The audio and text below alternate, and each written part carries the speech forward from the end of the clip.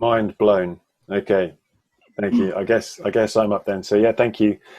So I'm here to talk a little bit about a book that I've recently written around teamwork, and I think it's really important. I think it's even more important now than when I actually wrote it, because dealing with complex situations requires great collaboration, and collaboration that isn't managed from a micromanagement perspective.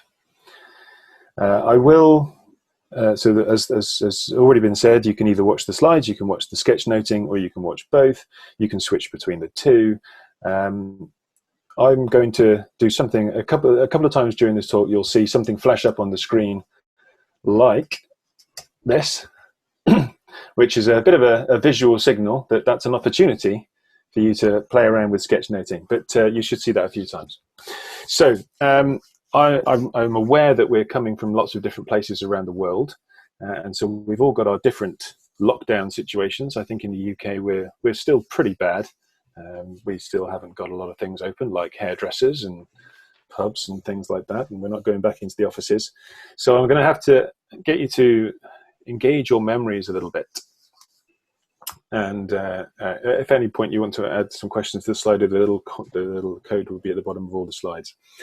Remember the times when you could actually meet up in person and you didn't have to stay a certain distance apart from each other, and you could see their lips move without wearing a mask. Well, one of them, back in those what you might call the good old days, there was a team that I was working with who were in a product backlog refinement session. So some of them were there in person, some of them were there on video call, because as we all know, remote working was still a thing before COVID-19. And so they were with their product owner and they were looking through some of the upcoming items, the stories that they were thinking about working on and planning in the next sprint. And in the room, as well as the product owner, there was this new, what they call, I think her job title was a business sales lead. And we'll call her Karen, just to be kind. And Karen was really excited because she's got some new clients that she reckons she's this close to landing. If only the development team could just knock out a few more features. And there was a bit of tension in the air. So as a coach, I'm quite new to the people, so I don't really know the dynamics, but I've seen a few similar situations and I could almost smell the tension, if you know what I mean. So after the session had finished and Karen had gone and the product owner had gone, one of the team members said to the rest, "Are you thinking what I'm thinking?" If I'm being brutally honest, that wasn't exactly what they said, but because I don't know who's going to be listening, we'll stick to that rather than what they actually said, just for safety. And so after they asked this question, they all got up and they all left the room, and they all met up at a coffee shop. Again, hopefully some of you can still remember what those are. Those nice places where you could meet and chat with friends or work colleagues. And they went straight to the back of the coffee shop, where they'd obviously gone before, considered it sort of their table, if you like. And the first person there had already ordered the drinks for the team because they knew what everybody was going to have. There was a cappuccino for Ashlyn, there was a soy latte for Rashmi, and I drink a black Americano, which they'd already picked up on. So the drinks were already on their way. And even the remote people were there. So someone had brought them on the laptop. I think it was actually a tablet, but it's not, they were there. And there was this sort of, again, it wasn't the same tension, but there was a degree of unease around the team. And eventually, once everybody had sort of settled down, one of the team members, Wally, now in the picture, that's the person standing up. As you can see, it's a lady, not an usual name in England for a lady, Wally. And it wasn't actually her real name, but we'll come back to that later on. And she started off the conversation. She stood up and she was quite animated. And just from her demeanor, you got the impression, or at least I got the impression, that she was pretty angry with Karen. And she's saying things like, "I knew this was going to happen.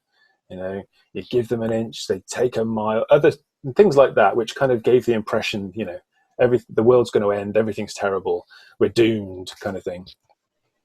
And she had a little bit of a monologue until someone else in the team stood up and said, whoa, whoa, whoa, whoa, whoa, hold on, Miss Purple. Okay. She called Wally Miss Purple. Could we get a yellow perspective? Now, for me, I didn't know what that meant, but they obviously did. And Wally was still quite emotional, right? But she took the comment from Lindsay, I would say, in good humor. She sort of had a little bit of a giggle about it. Yeah, so I see I get your point, that kind of thing. And she said, okay, let's bring Lindsay into the conversation, who apparently was going to give us a yellow perspective, whatever that meant. And so here's Lindsay. She was she was joining virtually. And Lindsay said, well, I don't really know Karen very well yet. Okay, she's quite new. But she probably wants to make a good impression. She's here, she wants to hit the ground running. She probably wants to add some value pretty quickly.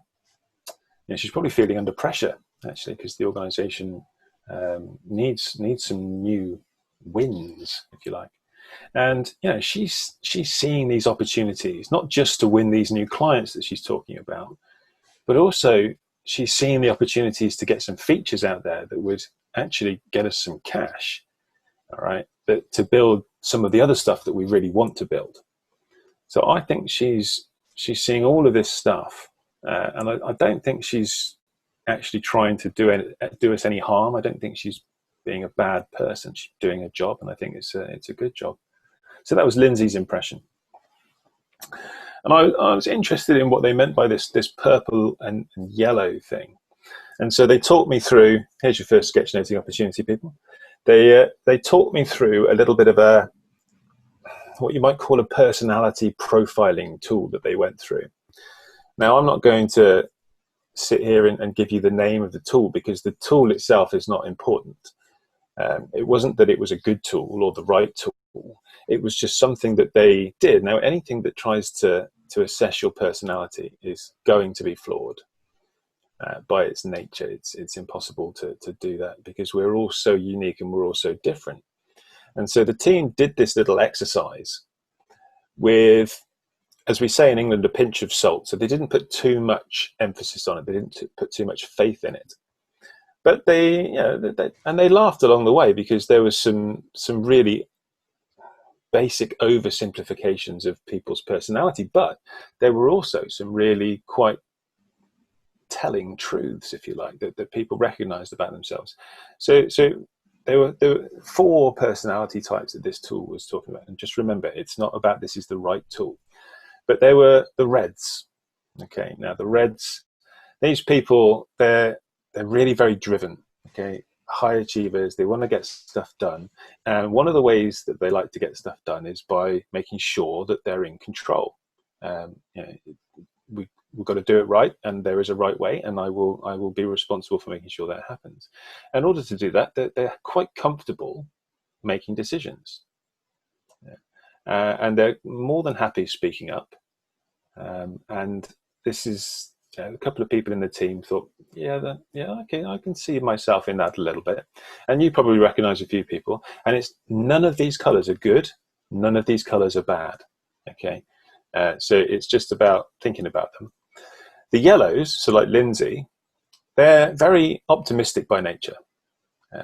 They instead of seeing all the things that could go wrong, they see how we could make successes of things. They tend to look for the more favorable interpretations, if you like. They see a glass as being half full rather than half empty. You know, that type of person. They're happy to talk, really nice to be around, great conversationalists, always bringing people up, telling a joke, looking for the positive, that kind of person.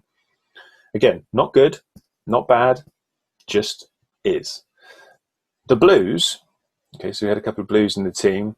Now, they would describe themselves as realistic as opposed to naive. So the blues might look at the yellows and think, yeah, you're naive. People are going to take advantage of you and your optimism. You're not really living in the real world. Whereas the yellows might look at the blues and think you're quite cynical or pessimistic. And that's that kind of tension there, if you like. But there's other aspects to them. So these blues, if you like, they're very analytical. So they're very good at identifying risks. They're very good at identifying cause and effect. They can see patterns in things. They really like detail, making sure that we've really thought things through. They quite often don't talk a lot. So they're often in a meeting or something like that. They'll sit back, they'll watch, they'll observe, they'll think, they'll make notes. But when they do speak, it's usually something that's not trivial. Again, not good, not bad, just a different personality type. And then we've got our greens. Now, the greens referred to as very, very calm and logical, easygoing, don't really like conflict. They want to make sure that everybody's okay. So there's a high degree of tolerance there. You wouldn't see them making judgments, the greens. And those are the four basic colours. Now, obviously, there's a lot more to this, and I said it's a very simplistic model. But I'm interested in we've got, I think I can see 97 participants at the moment. Be interested to see what kind of mix we've got. So if I bring up a poll on the screen, you should see the opportunity to say which colour you most associate with based on the really basic overview that I've put out there. And remember, none of these are good and none of these are bad. You can see the scores coming in. I don't know whether you can see the scores coming in or whether that's just me, but we've already got almost half of you voted, which is good input already.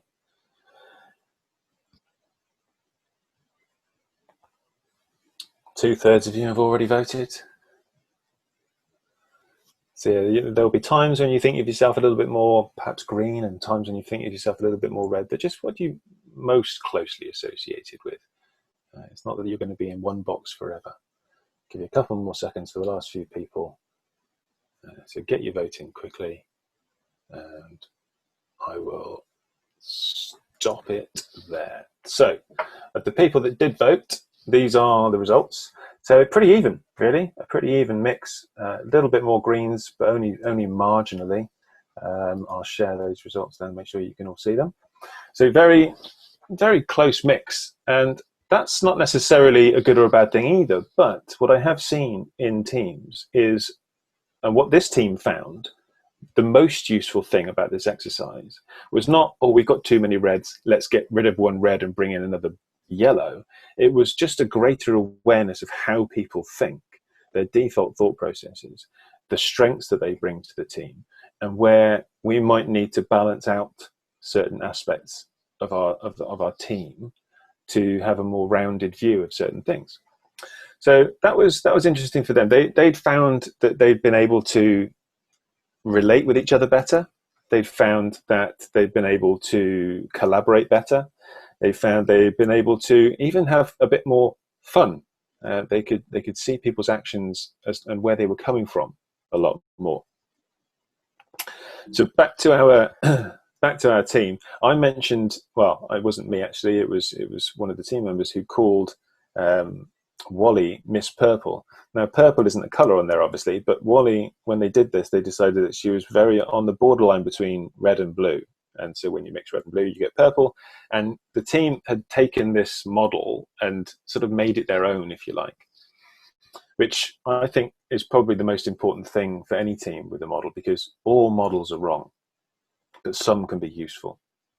And the way that the team starts taking ownership of something, that's generally a really good sign around team development, team growth. So this team then, what do? They invited, they actually started using this in other aspects of their work as well. So like daily scrums, they'd start talking about, you know, I feel quite yellow today, or I feel quite ochre today, or I feel that kind of thing.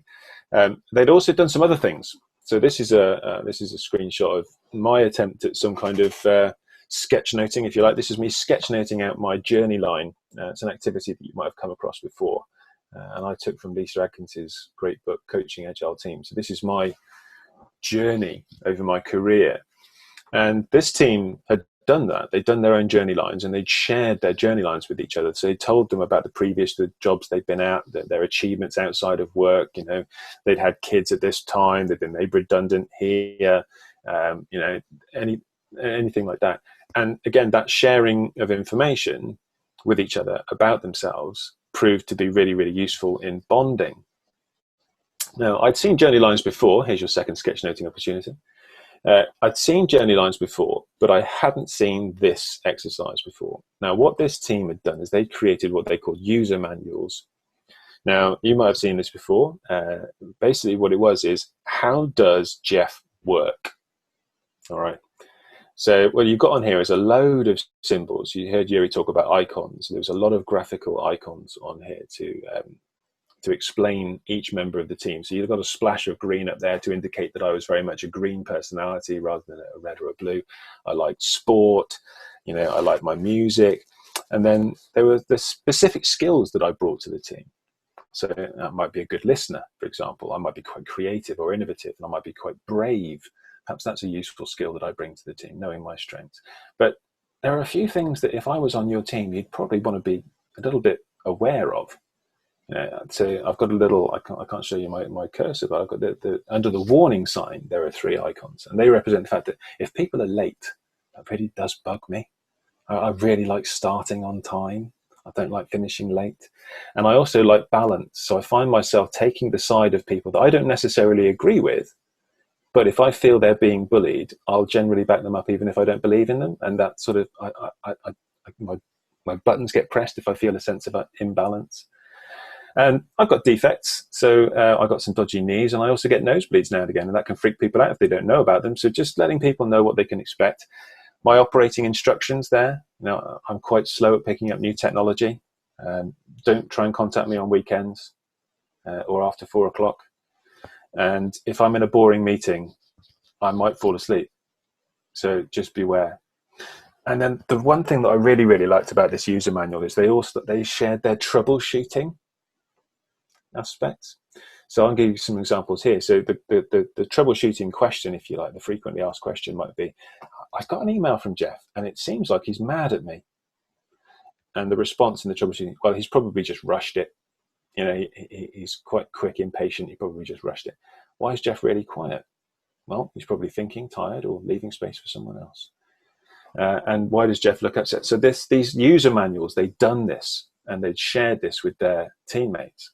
And not only that, but they actually introduced the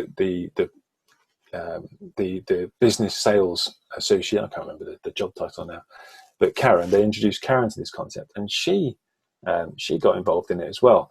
And the idea behind it. Now, I was brought up, and it's probably a British cultural thing, but it's probably quite universal to a degree. I'd be interested in your opinions on this, maybe.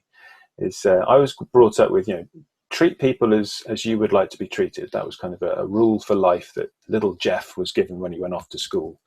And I think that's a pretty good rule. But what I found with the great teams is that they don't treat people as they want to be treated. They treat people as those people want to be treated. And it's a subtle difference, but it's quite a powerful difference. Finding out what works for your teammates and then playing to those preferences rather than playing to your own is a massive difference between the good teams, just in my experience, and the great teams. So this is the team sharing their user manuals with each other, and Karen got involved and she shared her user manual. It was a voluntary thing. They didn't ask her to do that, but just by learning about the rest of the team, there was almost a sense of obligation on her part, because human beings tend to operate on a principle of reciprocity, that I do something for you, you kind of feel like you should do something for me as well. That's just a kind of natural human thing.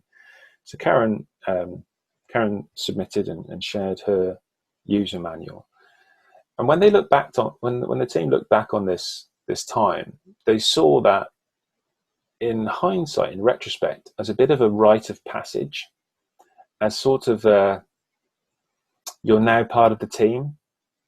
Like I said, it wasn't something she had to do, but that level of trust, it's like they crossed the line in terms of, okay, yeah, we trust her now.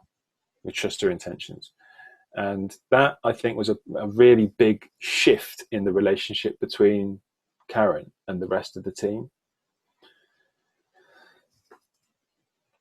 So I think it's an optional thing. All right. I think for me, at least, great teams, there is an element of I have the option to be here, and I have the option to not be here. I'm not here because I have to be. I'm not here because people have told me that, you know, this is the formation of the team. These are the members of the team. But I buy in, and I consciously subscribe to the team's culture, the team's rituals, the team's agreements, values, code, if you like. And part of that is developing our own language. Because as well as the general business jargon that you pick up, and the 3-letter acronyms and all that kind of stuff that you pick up, teams generally develop a verbal shorthand. The great teams do anyway. And that's a good, and that's part of that is a little bit of what we call over here in England banter. You know, a little bit of jokiness, a little bit of playfulness, light-hearted, good-natured teasing, and self-teasing. And this is where I'm going to go back to Wally, because Wally wasn't her real name. Her real name was Eve, but there was someone else in the team already called Eva. And so rather than have an Eve and an Eva, where it might have been a little bit confusing, Wally had shared the fact that she's a big fan of Disney films. And Eve is a character in Wally. So she took on the nickname of Wally. Now, again, this is difficult for a translation aspect, but Wally in English is kind of a derogatory term. It's kind of a nice way of saying idiot. And so for somebody to voluntarily take on the nickname of idiot shows an element of self-banter, being able to have a little bit of a joke at themselves and be prepared to be a little bit teased. Now, that's a dangerous thing. And I was warned about writing about that in this book, because banter can easily become bullying. And great teams don't do that. But I have yet to see a great team where they don't have fun together, where they don't tease themselves. So I couldn't really bring myself to ignore it and leave it out. But it is a risky area. After a while, you don't even need to use words a lot of the time. And I don't know whether you have this thing, you know, as well as your little codes and your little inside jokes. It's a big part of feeling belonging. There will also be times when you don't even need to speak.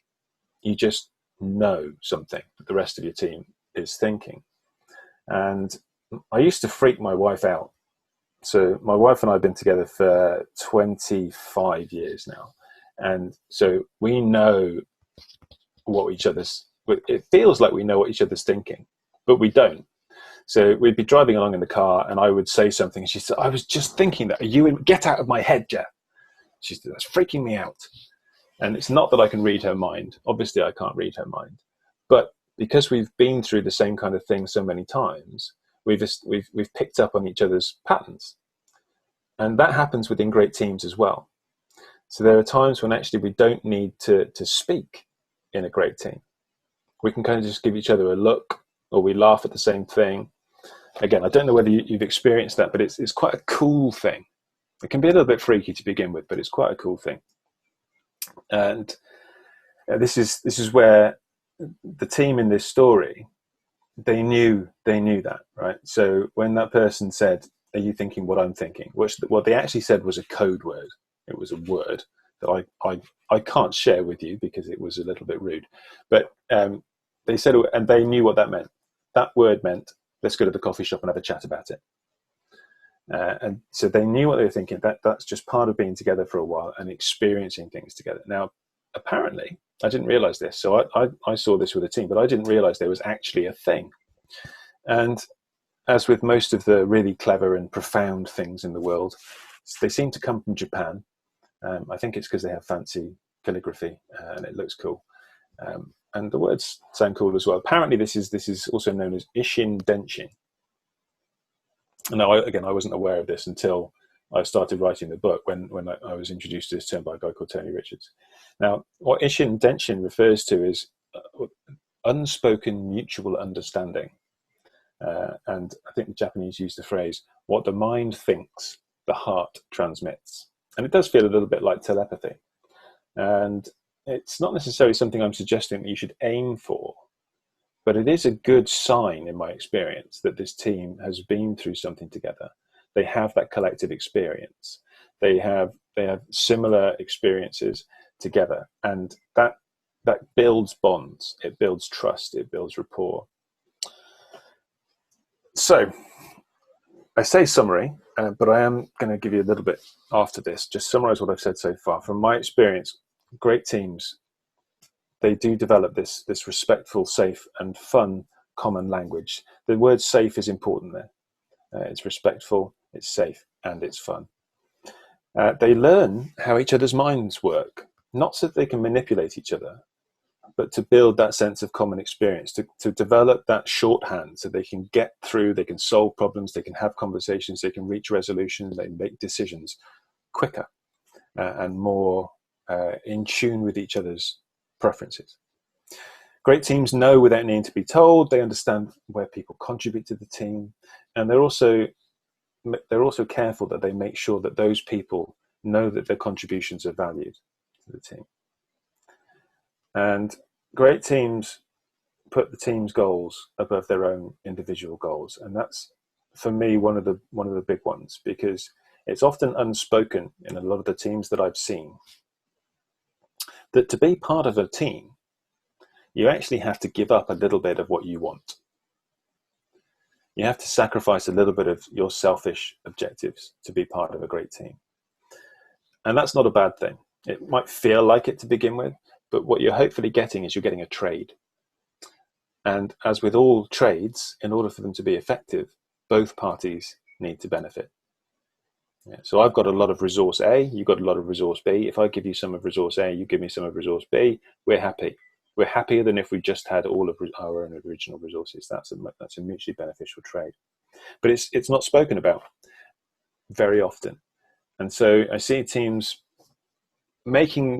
having issues that they could easily avoid if they were to have this conversation and acknowledge that they're opting into this and letting go of something to get something else in return.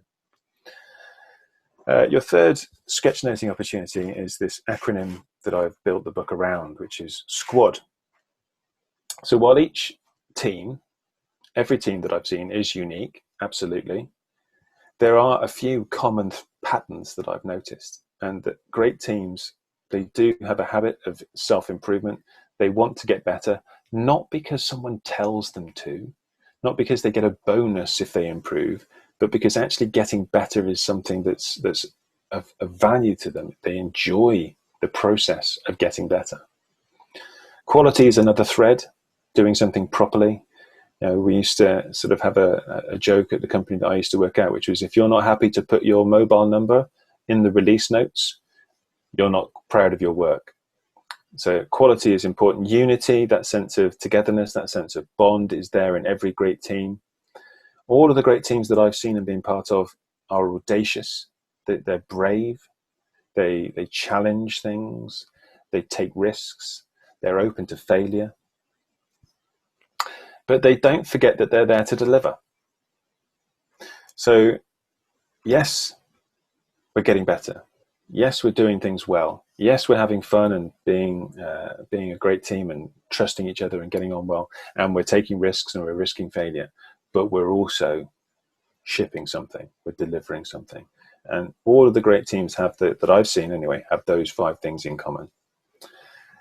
But there's no process, there's no maturity model, I believe, for a team to get to great.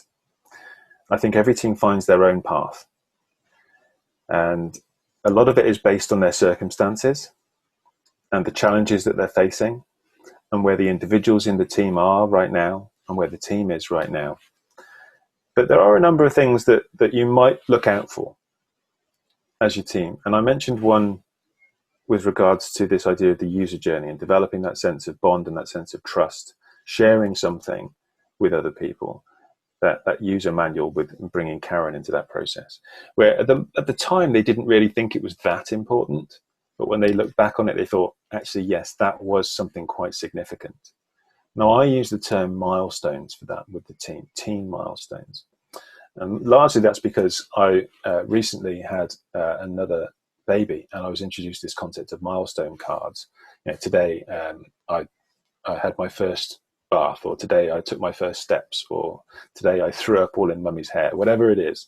There was a little card you could take out of a pack, and you could take a picture next to the baby and save it for when they're a little bit older and embarrass them, or celebrate it on Instagram, whichever you prefer. And so I was sort of inspired by those and thought, well, actually, teams don't really get the opportunity to celebrate the tangible milestones of their growth very well. They'll have retrospectives, but do they really celebrate, we are now a stronger team than we were before because we did this?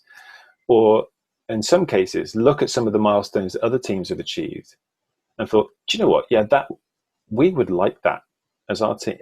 As a team, we would like to work towards that milestone now. So I captured quite a few, and it's not a case of every team needs to go off and tick all 50, all right? And there's certainly not a start with this one and then go to the next one. But there are a number of milestones that you might find along your way as a journey towards being a great team. So one that I've got on here is we appreciated each other, okay? And that just means saying thank you, or saying well done, or I appreciated what you did there.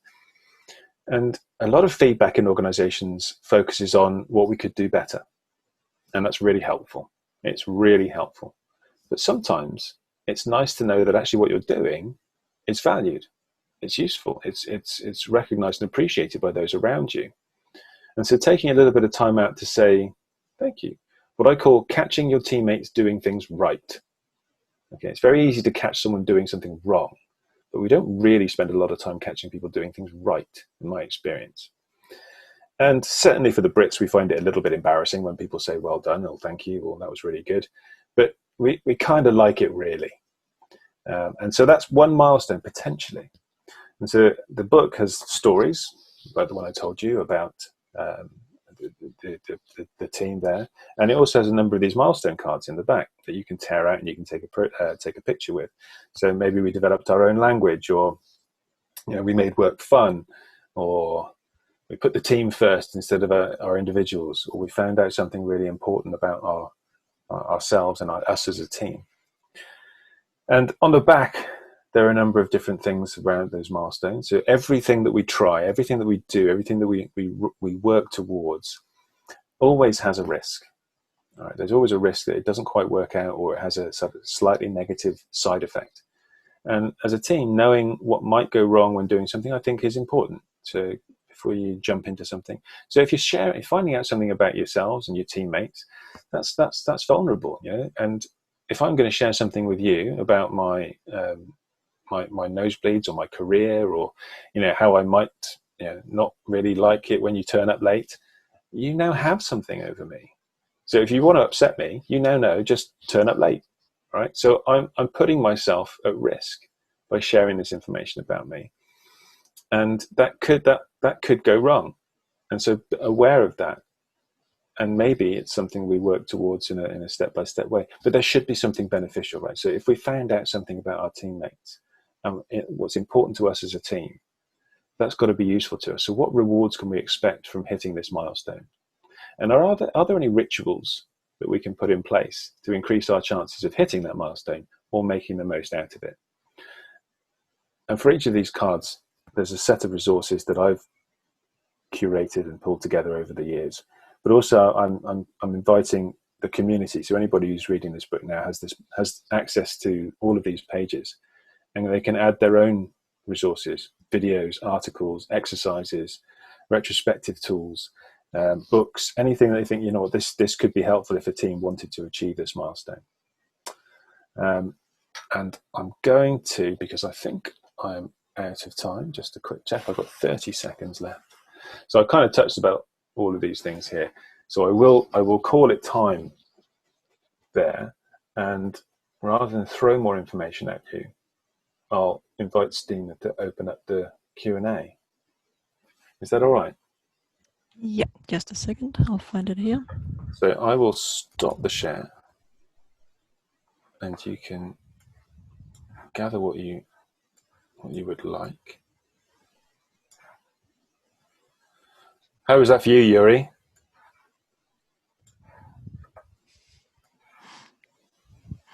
I was a bit stressed. You were a bit stressed. Yeah, I will not. I will not.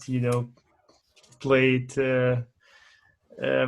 with the deception. Yeah, it's tough, but It looks great.